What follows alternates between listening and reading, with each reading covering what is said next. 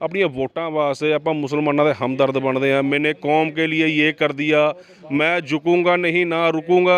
यार झुकण वाली ना रुकण वाली गल ही नहीं। तुसीं अज तक कौम वास्ते की कीता? ਅੱਜ ਅਸੀਂ ਮੁਸਲਿਮ ਸਿੱਖ ਫਰੰਟ ਆਫ ਪੰਜਾਬ ਦੀ ਤਰਫ ਤੋਂ ਔਰ ਹੋਰ ਮੁਸਲਿਮ ਨੁਮਾਇੰਦੇ ਇਕੱਠੇ ਹੋ ਕੇ ਮਾਨਯੋਗ ਐਸਐਸਪੀ ਸਾਹਿਬ ਮੈਡਮ ਰਵਜੋਤ ਕੌਰ ਗਰੇਵਾਲ ਜੀ ਕੋਲ ਆਏ ਸੀ।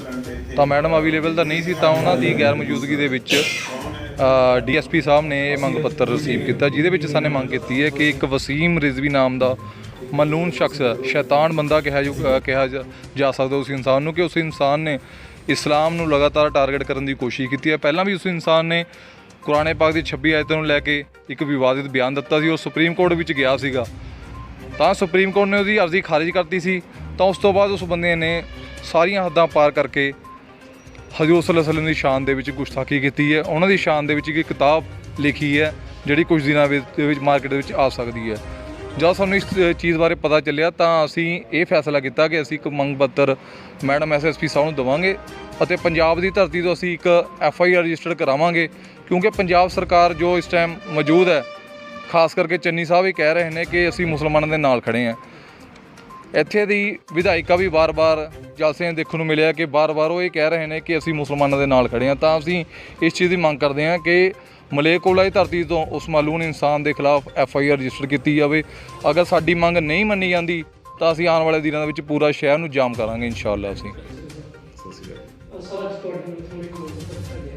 ਸਿੱਖ ਮੁਸਲਿਮ ਫੈਡਰੇਸ਼ਨ ਹੈ, ਉਹਨਾਂ ਨੇ ਇੱਕ ਮੰਗ ਪੱਤਰ ਦਿੱਤਾ ਕਿ ਕਿਸੇ ਵਿਅਕਤੀ ਨੇ ਮੁਹੰਮਦ ਸਾਹਿਬ ਦੇ ਖਿਲਾਫ ਕੋਈ ਗਲਤ ਵਰਡ ਯੂਜ਼ ਕੀਤੇ ਨੇ। ਅਸੀਂ ਉਹ ਮੰਗ ਪੱਤਰ ਮੈਨੂੰ ਦੇਤਾ ਹੈ, ਮੈਂ SSP ਮੈਮ ਦੇ ਨਾਲ ਦੇ ਧਿਆਨ 'ਚ ਲਿਆ ਕੇ ਉਹਦੇ ਵਿੱਚ ਜਿਹੜੀ ਵੀ ਅੱਗੇ ਕੋਈ ਕਾਰਵਾਈ ਬਣਦੀ ਹੋਈ ਮੈਮ ਉਹਦੇ 'ਤੇ ਜੋ ਵੀ ਐਸ ਪਰ ਲਾਅ ਬਣਦਾ ਹੋਇਆ ਉਹ ਐਗਜ਼ਾਮਿਨ ਕਰਨਗੇ। ਉਹਨੂੰ ਮੰਗ ਪੱਤਰ ਉਹਨਾਂ ਨੇ ਮੈਨੂੰ ਦਿੱਤਾ ਹੈ ਅਤੇ ਮੈਂ SSP ਮੈਮ ਦੇ ਨੂੰ ਪ੍ਰੋਡਿਊਸ ਕਰਾਂਗਾ। ਨਾਮ ਨਮਸਤੇ, ਸਤਿ ਸ਼੍ਰੀ ਅਕਾਲ। ਮੈਂ ਰਜੇਸ਼ ਗਲੋਬਲ ਨਿਊਜ਼ ਵੱਲੋਂ ਰਜੇਸ਼ ਸ਼ਰਮਾ। ਅੱਜ ਵਸੀਮ ਰਿਜ਼ਵੀ ਬਾਰੇ ਗੱਲਬਾਤ ਕਰਾਂਗੇ। ਕੀ ਅੱਜ ਕੰਪਲੇਂਟ ਦਿੱਤੀ ਗਈ ਹੈ, ਕਿਉਂ ਦਿੱਤੀ ਗਈ ਹੈ, ਕੀ ਹੈ ਇਹਨਾਂ ਨੇ ਅੱਜ ਜਿਹੜਾ ਮੰਗ ਪੱਤਰ ਦਿੱਤਾ, ਕਿਉਂ ਦਿੱਤਾ, ਇਸ ਦੇ ਬਾਰੇ। ਪੰਜਾਬ इरफान अली सर ਅਤੇ ਹੋਰ ਮੁਸਲਿਮ ਨੁਮਾਇੰਦੇ ਜਿਹੜੇ ਸਾਡੇ ਨਾਲ ਅੱਜ सर वसीम नाम ਦਾ ਰਿਜ਼ਵੀ ਨਾਮ ਦਾ ਇੱਕ ਸ਼ਖਸ ਹੈ ਜਿਹੜਾ ਲਗਾਤਾਰ ਕੰਟੀਨਿਊ ਇਸਲਾਮ ਧਰਮ ਨੂੰ ਲੈ ਕੇ ਟਾਰਗੇਟ ਕਰ ਰਿਹਾ ਹੈ। ਉਹ ਪਿੱਛੇ ਪੋਲੀਟੀਕਲ ਪਾਰਟੀਆਂ ਉਹਨੂੰ ਸਾਥ ਦੇ ਰਹੀਆਂ ਨੇ। ਤੁਸੀਂ ਦੇਖਿਆ ਹੋਣਾ ਪਹਿਲਾਂ ਕੁਰਾਨ ਦੇ ਮੁਤਲਕ ਉਹਨੇ 26 ਆਇਤਾਂ ਮੁਤਲਕ ਉਹਨੇ ਇੱਕ ਪਟੀਸ਼ਨ ਦਾਇਰ ਕੀਤੀ ਸੀ ਸੁਪਰੀਮ ਕੋਰਟ ਦੇ ਅੰਦਰ, ਜਦ ਕਿ ਸਾਡਾ ਹਿੰਦੁਸਤਾਨ ਇੱਕ ਗੁਲਦਸਤਾ ਹੈ। ਸੁਪਰੀਮ ਕੋਰਟ ਪੂਰੇ ਹਿੰਦੁਸਤਾਨ ਦਾ, ਪੂਰੇ ਭਾਰਤ ਦਾ, ਤੇ ਸੁਪਰੀਮ ਕੋਰਟ 'ਤੇ ਸਾਨੂੰ ਪੂਰਾ ਮਾਣ ਸੀਗਾ। ਉਹਨਾਂ ਦੀ ਉਹ ਰਿਟ ਕੈਂਸਲ ਕਰਤੀ ਸੀ। ਇਹ ਮਲਹੂਨ ਫਿਰ ਵੀ ਨਹੀਂ ਟਿਕਿਆ। ਇਸ ਮਲਹੂਨ ਨੇ ਦੁਬਾਰਾ ਹਜ਼ਰਤ ਮੁਹੰਮਦ ਸੱਲੱਲਾਹੁ ਅਲੈਹਿ ਵਸੱਲਮ ਦੇ ਉੱਤੇ ਇੱਕ ਕਿਤਾਬ ਸ਼ਾਇع ਕੀਤੀ। ਉਹਦੇ ਵਿੱਚ ਉਹਨਾਂ ਦੀ ਉਹਨਾਂ ਨੂੰ ਸ਼ਾਇع ਕੀਤਾ, ਦਿਖਾਇਆ ਹੈ ਆਪਦੀ ਸ਼ਕਲ। ਇਸ ਕਿਤਾਬ ਦੇ ਬਾਰੇ ਅਸੀਂ ਗੱਲਬਾਤ ਕਰਾਂਗੇ। ਤੁਹਾਡੇ ਨਾਲ ਹੋਰ ਵੀ ਮੌਜੂਦ ਨੇ। ਕੀ ਹੈ ਸਰ ਆਪਣਾ ਨਾਮ? ਕੀ ਹੈ? ਮੇਰਾ ਨਾਮ ਮੁਹੰਮਦ ਆਰਿਫ। ਕਿਹੜੀ ਕਿਤਾਬ ਹੈ ਜਿਹੜੀ ਆਪਣੇ ਇਹਨਾਂ ਦੇ ਵਸੀਮ ਜੀ ਨੇ ਕੀਤੀ ਹੈ? ਤਾਂ ਅਸੀਂ ਇਹੀ ਮੰਗ ਲੈ ਕੇ ਆਏ ਕਿਤਾਬ ਨੂੰ ਗਲਤ ਉਸ ਕਿਤਾਬ ਦਾ ਨਾਮ ਇਹਨੇ ਮੁਹੰਮਦ ਰੱਖਿਆ ਹੈ। ਤੇ ਉਸ ਕਿਤਾਬ ਦੇ ਵਿੱਚ ਬਹੁਤ ਸਾਰੇ ਐਸੇ ਸ਼ਬਦ ਨੇ ਕਿ ਜਿਹੜੇ ਨਾਕਾਬਿਲੇ ਬਰਦਾਸ਼ਤ ਨੇ, और ऐसे शब्द कोई भी मुसलमान चाहे वो अदना तो अदना ईमान वाला ही क्यों ना हो बर्दाश्त नहीं करो। पूरी दुनिया ਦੇ ਵਿੱਚ ਜੇ ਬੈਠੇ ਮੁਸਲਮਾਨਾਂ ਦਾ ਉਸਨੇ ਦਿਲ ਦੁਖਾਇਆ ਹੈ। तो मैं प्रशासन ਨੂੰ और ਸਰਕਾਰਾਂ ਨੂੰ ਇਹੀ ਬੇਨਤੀ ਕਰਦਾ ਹਾਂ ਕਿ ਇਸ ਬੰਦੇ ਦੇ ਖਿਲਾਫ ਸਖਤ ਤੋਂ ਸਖਤ ਕਾਰਵਾਈ ਕਰਨੀ ਚਾਹੀਦੀ ਹੈ। ਔਰ ਉਸ ਤੋਂ ਪਹਿਲਾਂ ਕਿ ਕੋਈ ਮੁਸਲਮਾਨ ਕੋਈ ਐਸਾ ਪ੍ਰੋਟੈਸਟ ਕਰਨ ਜਿਸ ਦੇ ਨਾਲ ਬਹੁਤ ਜ਼ਿਆਦਾ ਨੁਕਸਾਨ ਹੋਵੇ। ਮੇਰੀ ਇਹ ਵਾਰਨਿੰਗ ਹੈ ਕਿਉਂਕਿ ਬਹੁਤ ਜਦੋਂ ਲੋਕ ਨਾ ਕੋਈ ਐਸਾ कदम उठाने ने तो फिर वो मजबूर होकर उठाने ने। मीसम अब्बास मेरा नाम है, मैं एक आम शहरदार हाँ। ਤੇ ਅੱਜ ਮੰਗ ਪੱਤਰ ਲੈ ਕੇ ਆਏ ਸੀਗੇ ਜੀ। ਇਹ ਮੰਗ ਪੱਤਰ ਦੀ ਤੁਹਾਡੀ ਜਿਹੜਾ ਅੱਜ ਮੰਗ ਪੱਤਰ ਦਿੱਤਾ ਗਿਆ ਹੈ, ਇਹਨਾਂ ਨੇ ਦੱਸਿਆ ਹੋਣੀ ਜੋ ਨਹੀਂ ਮਨਜ਼ੂਰ ਹੁੰਦਾ, ਨਹੀਂ ਤੁਹਾਡੀ ਗੱਲਬਾਤ ਸੁਣੀ ਜਾਂਦੀ ਤਾਂ ਕੀ ਅਸੀਂ ਰੋਸ ਪ੍ਰਦਰਸ਼ਨ ਕਰਾਂਗੇ, ਧਰਨੇ ਲਗਾਵਾਂਗੇ ਔਰ ਜਦ ਤੱਕ FIR ਦਰਜ ਨਹੀਂ ਹੁੰਦੀ ਅਸੀਂ ਇਹਦੇ ਤੇ ਲੱਗੇ ਰਵਾਂਗੇ ਕਿ FIR ਦਰਜ ਕੀਤੀ ਜਾਵੇ ਔਰ ਦਰਜ ਹੀ ਨਹੀਂ ਬਲਕਿ ਕਾਰਵਾਈ ਵੀ ਹੋਵੇ। ਬਿਲਕੁਲ ਇਹ ਗੱਲ ਇਹ ਕਿਹਾ ਜੋ ਤੁਸੀਂ ਸੁਣਿਆ ਹੋਣੀ ਵੀ ਜਿਹੜਾ ਇਹ ਸਾਡੇ ਮਤਲਬ ਕਿ ਧਰਮ ਦੇ ਖਿਲਾਫ ਜਿਹੜੀਆਂ ਉਹਨੇ ਵਿੱਚ ਗੱਲਾਂ ਬਾਤਾਂ ਪਾਈਆਂ ਨੇ ਆਪਣੇ ਕੋਲ ਜੋੜ ਕੇ, ਉਹਦੇ ਬਾਰੇ ਅਸੀਂ ਗੱਲਬਾਤ ਚੁੱਕਾਂਗੇ। ਜਿੰਨਾ ਤੱਕ ਇਹ ਗੱਲਬਾਤ ਨਹੀਂ ਸਾਡੀ ਸੁਣੀ ਜਾਂਦੀ ਅਸੀਂ ਉਸ ਤੋਂ ਬਾਅਦ ਧਰਨਾ ਪ੍ਰਦਰਸ਼ਨ ਕਰਾਂਗੇ। ਇਹਦੇ ਨਾਲ ਆਪਾਂ ਗੱਲਬਾਤ ਕਰਾਂਗੇ ਹਿੰਦੁਸਤਾਨ ਦੇ ਕਾਨੂੰਨ ਦੇ ਬਾਰੇ। ਕਾਨੂੰਨ ਕੀ ਕਹਿੰਦਾ ਹੈ ਭਾਈ? ਕੀ ਨਾਮ ਹੈ ਤੁਹਾਡਾ? ਮੇਰਾ ਨਾਮ ਵਸੀਮ ਸ਼ੇਖ ਹੈ ਜੀ। ਜੇ ਕਾਨੂੰਨ ਦੀ ਗੱਲ ਕਰੀਏ ਆਪਾਂ ਹਿੰਦੁਸਤਾਨ ਦੇ ਕਾਨੂੰਨ ਦੇ ਮੁਤਾਬਕ ਤੁਸੀਂ ਕੀ ਕਹਿਣਾ ਚਾਹੋਗੇ? ਇਹ ਜਿਹੜੀ ਸਜ਼ਾ ਕਿੱਦਾਂ ਦੀ ਦਿੱਤੀ ਜਾਵੇ? ਦੇਖੋ ਹਿੰਦੁਸਤਾਨ ਦੇ ਕਾਨੂੰਨ ਤੇ ਮੁਸਲਮਾਨ ਬਹੁਤ ਜ਼ਿਆਦਾ ਵਿਸ਼ਵਾਸ ਕਰਦੇ ਨੇ। ਤੁਸੀਂ ਪਹਿਲਾਂ ਵੀ ਦੇਖਿਆ ਸੀ ਵਸੀਮ ਰਿਜ਼ਵੀ ਦੇ ਖਿਲਾਫ ਅਤੇ ਹੋਰ ਵੀ ਜਥੇਬੰਦੀਆਂ ਨੇ ਮੰਗ ਪੱਤਰ ਦਿੱਤਾ ਸੀ ਬੜੇ ਸ਼ਾਂਤੀਪੂਰਵਕ ਤਰੀਕੇ ਨਾਲ, ਔਰ ਮੰਗ ਕੀਤੀ ਸੀ ਕਿ ਜੋ ਹਿੰਦੁਸਤਾਨ ਦਾ ਕਾਨੂੰਨ ਇਸ ਨੂੰ ਸਜ਼ਾ ਦੇਵੇਗਾ ਉਹ ਸਾਨੂੰ ਮਨਜ਼ੂਰ ਹੋਵੇਗਾ।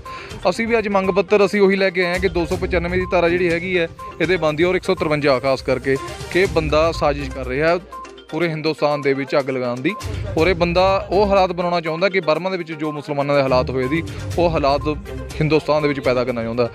ਮੈਂ ਦੇਸ਼ ਦੇ ਪ੍ਰਧਾਨ ਮੰਤਰੀ ਨੂੰ, ਮਾਨਯੋਗ ਚਰਨਜੀਤ ਸਿੰਘ ਚੰਨੀ ਸਾਹਿਬ ਔਰ madam SSP madam ਮਲੇਕੋਲਾ, madam Ravjot Kaur Grewal ਜੀ ਨੂੰ ਕਿ ਇਸ ਇਨਸਾਨ 'ਤੇ ਫੌਰਨ ਤੌਰ ਤੇ FIR ਰਜਿਸਟਰ ਕਰੋ ਔਰ ਇਹ ਬੰਦੇ ਨੂੰ ਪੰਜਾਬ ਦੀ ਧਰਤੀ 'ਤੇ ਲਿਆ ਕੇ ਸਜ਼ਾ ਦਿਓ, ਤਾਂ ਕਿ ਪੂਰੀ ਦੁਨੀਆ ਦਾ ਜਿਹੜਾ ਮੁਸਲਮਾਨ ਹੈ, ਪੂਰੇ ਹਿੰਦੁਸਤਾਨ ਦਾ ਮੁਸਲਮਾਨ ਹੈ, ਇਸ ਚੀਜ਼ 'ਤੇ ਕਾਇਮ ਖੜਾ ਰਵੇ ਕਿ ਹਾਂ ਸਾਡੀ ਸੁਣਵਾਈ ਹੈ ਪ੍ਰਸ਼ਾਸਨ ਦੇ ਵਿੱਚ। ਇੱਕ ਹੋਰ ਵੀ ਸਾਡੇ ਨਾਲ ਜੁੜੇ ਨੇ, ਇਹਨਾਂ ਨਾਲ ਗੱਲਬਾਤ ਕਰਦੇ ਆਪਾਂ। ਵਸੀਮ ਰਿਜ਼ਵੀ ਨੇ ਜੋ ਇਹ ਗਲਤੀ ਕੀਤੀ ਹੈ ਧਰਮ ਦੇ, ਕਿਸੇ ਧਰਮ ਦੇ ਖਿਲਾਫ ਬੋਲਣਾ, ਜਦ ਕਿ ਉਹਨਾਂ ਦਾ ਇਹ ਆਪਦਾ ਹੀ ਧਰਮ ਹੈ, ਕੀ ਕਹਿਣਾ ਚਾਹਣਗੇ ਇਹਦੇ ਬਾਰੇ?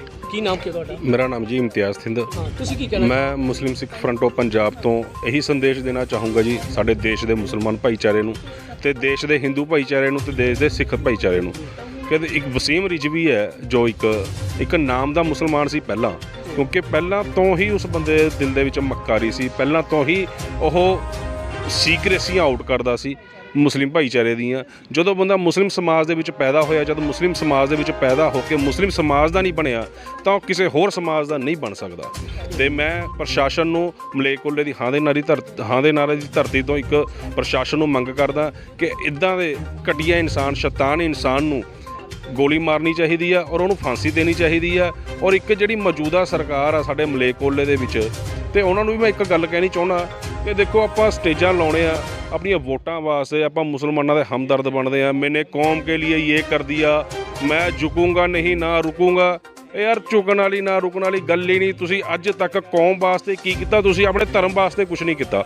ਅਗਰ ਤੁਹਾਨੂੰ ਤੁਹਾਡੇ ਦਿਲ ਦੇ ਅੰਦਰ ਇੱਕ ਧਾਰਮਿਕ ਭਾਵਨਾਵਾਂ ਹੁੰਦੀਆਂ, ਤੁਸੀਂ ਸੱਚੇ ਮੁਸਲਮਾਨ ਹੁੰਦੇ, ਜੋ ਤੁਸੀਂ ਵਾਅਦੇ ਕਰਦੇ, ਜੋ ਤੁਸੀਂ ਗੱਲਾਂ ਕਰਦੇ ਹੋ, ਲੋਕਾਂ ਨੂੰ ਬਣਾਉਣੇ ਹੋ, ਡੇਲੀ ਹਫ਼ਤੇ ਬਾਅਦ ਤੁਸੀਂ ਜਲਸਾ ਕਰਦੇ ਹੋ, ਲੋਕਾਂ ਨੂੰ ਬਣਾਉਣੇ ਹੋ ਇਕੱਠੇ ਕਰਕੇ, ਅਗਰ ਤੁਹਾਡੇ ਦਿਲ ਦੇ ਵਿੱਚ ਮੁਸਲਮਾਨਾਂ ਵਾਸਤੇ ਜਾਂ ਆਪਣੀ ਕੌਮ ਵਾਸਤੇ ਹਮਦਰਦੀ ਹੁੰਦੀ ਤਾਂ ਤੁਸੀਂ ਵਸੀਮ ਰਿਜ਼ਵੀ ਬਾਰੇ ਕੁਝ ਬੋਲਦੇ, ਕੋਈ ਟਿੱਪਣੀ ਕਰਦੇ। ਕਿਉਂ ਨਹੀਂ ਕੀਤੀ? ਕਿਉਂਕਿ ਨੀਅਤ ਦੇ ਵਿੱਚ ਖੋਟ ਹੈ।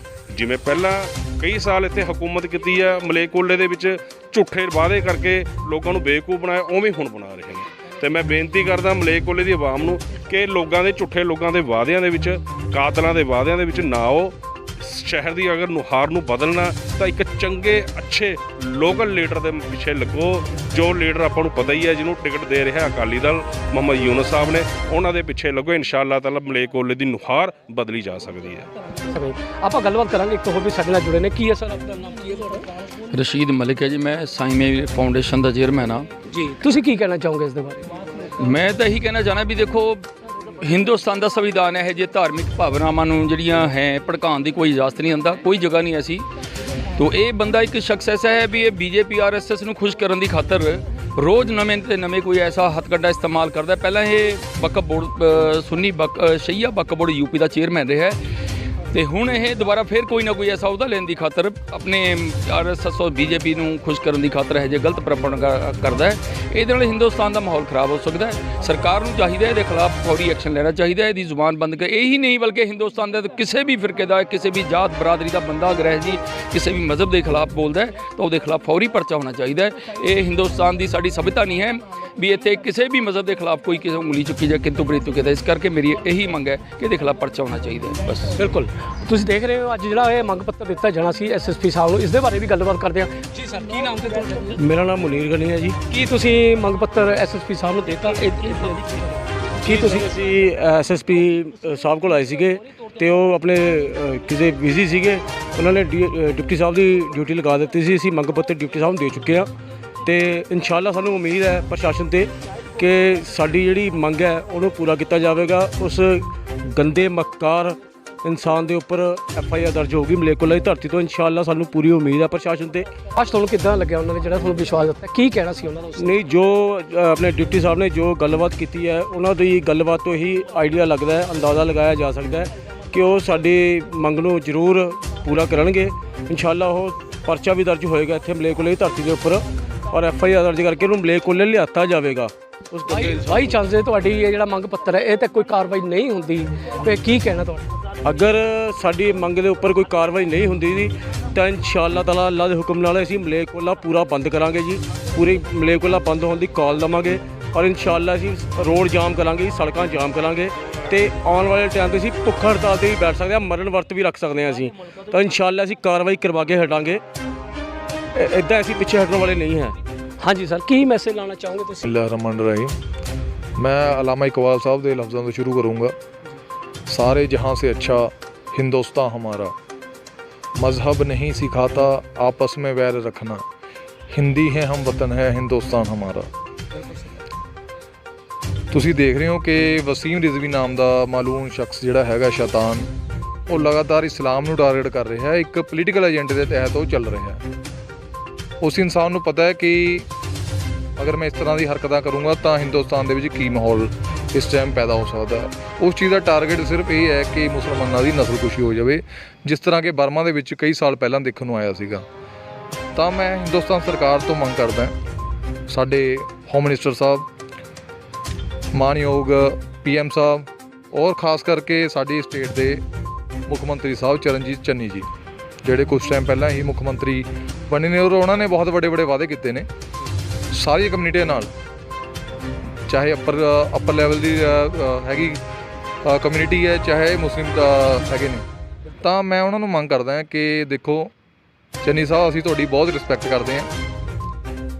ਤੁਸੀਂ ਪੰਜਾਬ ਦੇ ਵਿੱਚ ਇੱਕ ਐਸਾ ਕਾਨੂੰਨ ਲਾਗੂ ਕਰੋ ਜਿਹੜਾ ਪੂਰੀ ਦੁਨੀਆ ਵਿੱਚ ਚਰਚਾ ਦਾ ਵਿਸ਼ਾ ਬਣੇ ਕਿ ਜੋ ਵੀ ਇਨਸਾਨ ਕਿਸੇ ਵੀ ਧਾਰਮਿਕ ਭਾਵਨਾ ਨੂੰ ਠੇਸ ਪਹੁੰਚਾਉਂਦਾ, ਚਾਹੇ ਹਿੰਦੂ ਹੈ, ਚਾਹੇ ਮੁਸਲਮਾਨ ਹੈ, ਚਾਹੇ ਸਿੱਖ ਹੈ, ਕਿਸੇ ਵੀ ਧਾਰਮਿਕ ਭਾਵਨਾ ਨੂੰ ਠੇਸ ਪਹੁੰਚਦੀ ਹੈ ਤਾਂ ਉਹਦੇ 'ਤੇ ਸਖਤ ਤੋਂ ਸਖਤ ਕਾਰਵਾਈ ਹੋਣੀ ਚਾਹੀਦੀ ਹੈ।